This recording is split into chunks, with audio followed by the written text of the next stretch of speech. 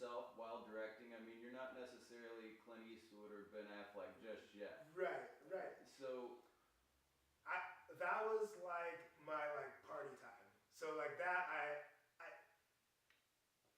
initially I didn't, because I didn't really know, I didn't, you're right, it was in the script, but there was no lines. right. I just said I was gonna just go, gonna go nuts. Sure.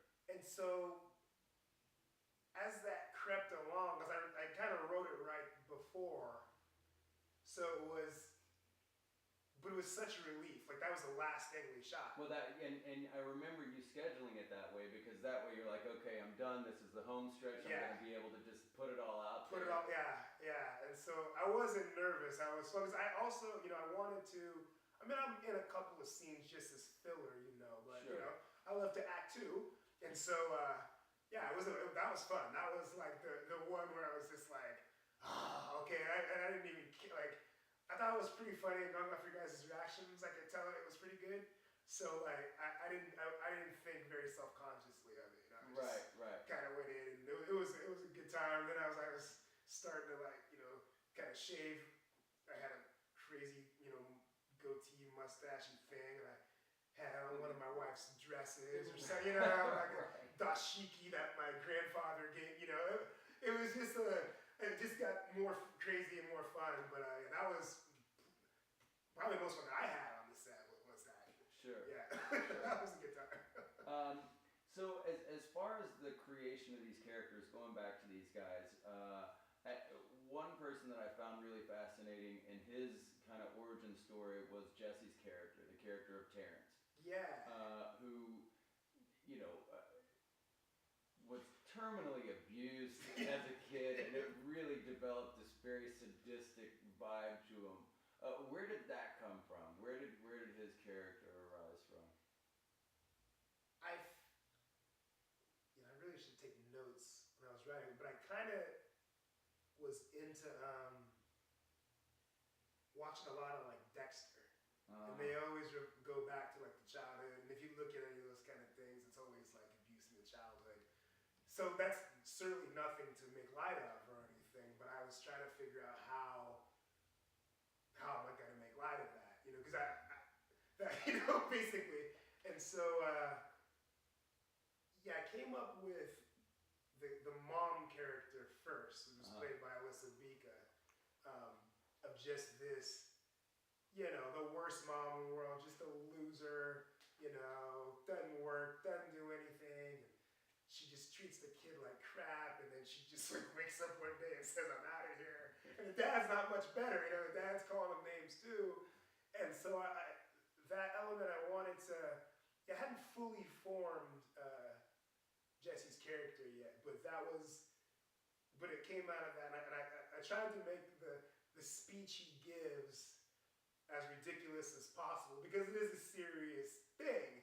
Abuse and being brought up in that awful environment. But that was always the exit strategy when writing this, because it's stuff that's not funny. So the crazier that you take it made it okay. Right. It just made it okay. So yeah, his was funny. He brought so much to that character. He's very animated in his face. And so he had this thing he would do whenever he killed somebody, where he'd kind of be crying, he'd be almost crying and half smiling, and just like, he was like conflicted with all these emotions every time he stabbed somebody. So that was the total thing that he did, but it totally jived with the childhood stuff and the mom and all that kind of stuff. So that was a lot of fun watching, because I would have never have thought his character was going to end up like that. Sure. But he brought a lot of fun stuff to it, though. As far as your influences go, I mean, I can definitely see a lot of stuff in this particular project. There's kind of a Seinfeldian vibe in certain points. There's like an Arrested Development vibe in certain points. Who are your biggest comedic influences when it comes to filmmaking? A lot of Arrested Development. A lot of his name is escaping me right now. But that to me, that's like my favorite show of all time. My favorite sitcom. I think that is about as brilliant sitcom can ever be, way before its time. Um, that's a huge one. Um, I've always liked, I've always kind of liked the making fun of stuff that you sure, not necessarily making fun of, but things that are not being afraid to say certain things. You know, I've Sure. always, well, I love a lot of like Chris Rock stand up, and like I loved, you know what, you know, like in Living Color, and, Sure. like some of the Dave Chappelle stuff, and a lot of, you know, early Saturday Night Live, some of their more political stuff, and um, so yeah, I mean, you kind of draw from a bunch of different things, but certainly the the Arrested Development, that kind of pacing, even like, you know, Family Guy, and that that that quick stuff. This one's a little. This is slower than that. Now, I've read some things. I've read some things that are a little more to that pace. This is a little bit slower, a little bit darker, but um, not being afraid to go off on a little bit of a tangent. You know, like the the whole religious thing with this. You know, talking about, you know, like that's like what, and Jesse's character is like, well, isn't Lacey think it's weird that we're debating over religion, you know, when we're gonna go kill somebody right now? Right, right. And he, you know, but not being afraid to just, as long as it's funny, not being afraid to stick it in there, even if it's not necessarily along the A, B, C, D path of what the story's going. Well, and in that way, and I don't know if you've ever thought about it, and I definitely didn't think about it until just right now, but there's also a little bit of a kind of Tarantino dialogue thing going on there, where it's like, we're not going to discuss the task at hand, we're talking about something totally off the mark, right?